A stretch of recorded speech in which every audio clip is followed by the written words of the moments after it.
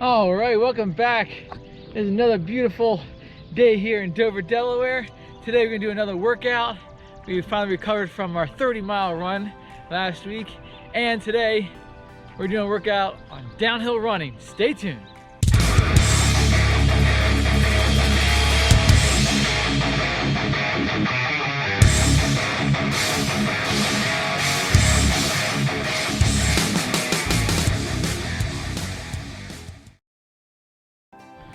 Welcome back to the channel. Welcome back to the vlog. Like I said, it's a beautiful day.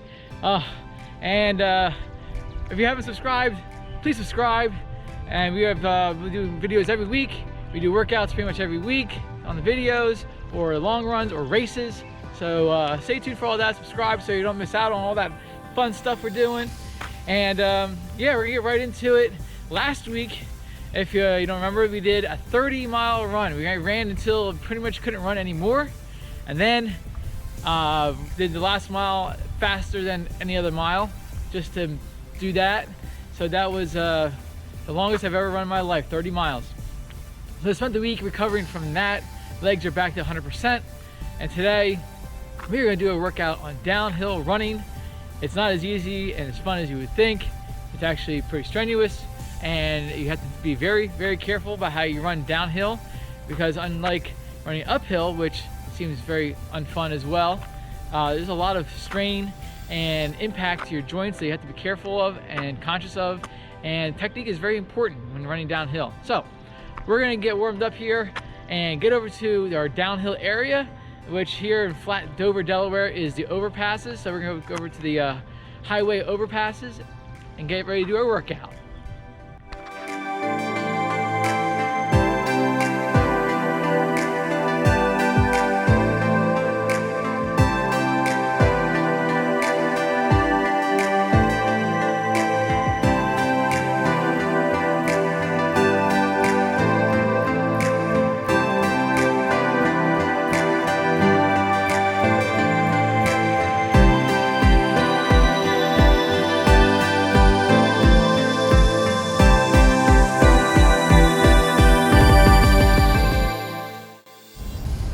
Okay, finally made it over to the overpasses. Got about 3 miles in already. You get warmed up, and it's starting to warm up now out here. Anyway, let's go over a couple things to talk about when you do downhill running workouts.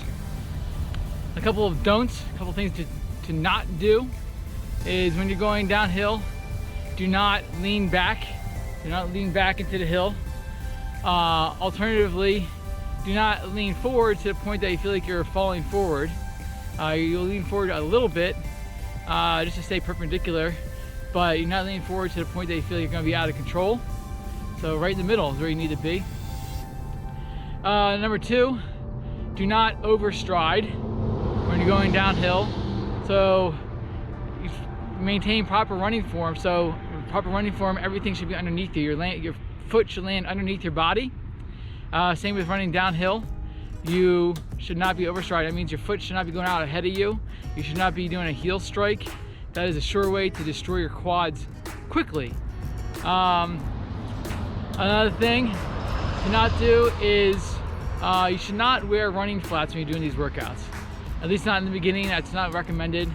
Wear regular training shoes, wear a cushioned shoe, just to help reduce the impact on your joints when you're running downhill, to prevent injury. So those are a couple don'ts, a couple things to not do when you're running downhill. Things to focus on when you are running downhill is to increase your cadence. So to prevent it from overstriding when you're going downhill, increase your cadence slightly so that your foot still can land underneath your body and you're not landing on your heel out in front with your foot out in front of you. You can lower your arms slightly and use gravity to help pull you down the hill, so you don't need to be swinging your arms as much, so you can actually lower your arms a little bit and actually use it as a little bit of a recovery, even if you're running at race pace. So those are a couple things to focus on, and trying to think if there's anything else I'm missing there. Anyway, that's a couple things to think about when you're doing the workouts. I may think of a couple more while I'm doing the workout. Anyway, the workout today will be a shorter one just to get used to running downhill. Today we'll be doing at least 5 by about half a mile downhill. So we have a downhill behind us. There's an overpass here, and the key here is when you're doing the workout, when you get to the bottom of the hill, don't just stop. All right, you want to run through the bottom of the hill onto the flat, and then slow down, and then turn around and jog back up the hill to do the next interval, to repeat the interval. So today's workout, we're going to be doing these downhills at around 5K pace. So you use your 5K pace, and we're going to be doing down the hill here on the overpass, run the flats, and then slowly slow down and turn around and jog back. What you don't want to do is you don't want to stop at the bottom, just a dead stop. What you're trying to do here is you're trying not to increase impact on your joints that much. So anyway, let's get through this workout, and I'll tell you after the workout. We'll talk about some of the benefits of doing these downhill workouts, and go from there. All right, let's roll. Leave a comment below. What am I doing right, and what am I doing wrong?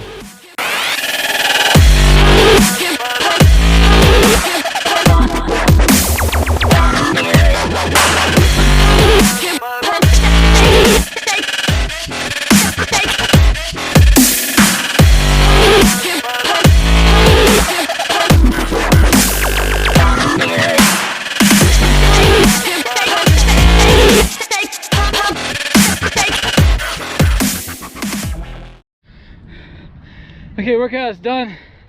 We're gonna do a nice easy jog back to the house, and we'll talk about some of the benefits of doing downhill running intervals for marathoners and for shorter distance people like 5Kers and even track guys. So let's get back to the house, let's talk about that. All right, one quick thing before we get home is I like to stop at these playgrounds occasionally to do a little upper body strength workout. So I should come out to one of these places and do as many pull-ups as I can. What you actually do is I do 10 pull-ups, so I do as many as I can. So if it's 7 or 6, take a break, and then I do the rest to get to 10 pull-ups.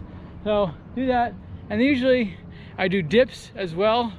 Over there I'll do dips, and so yeah, do that real quick, then we'll head home.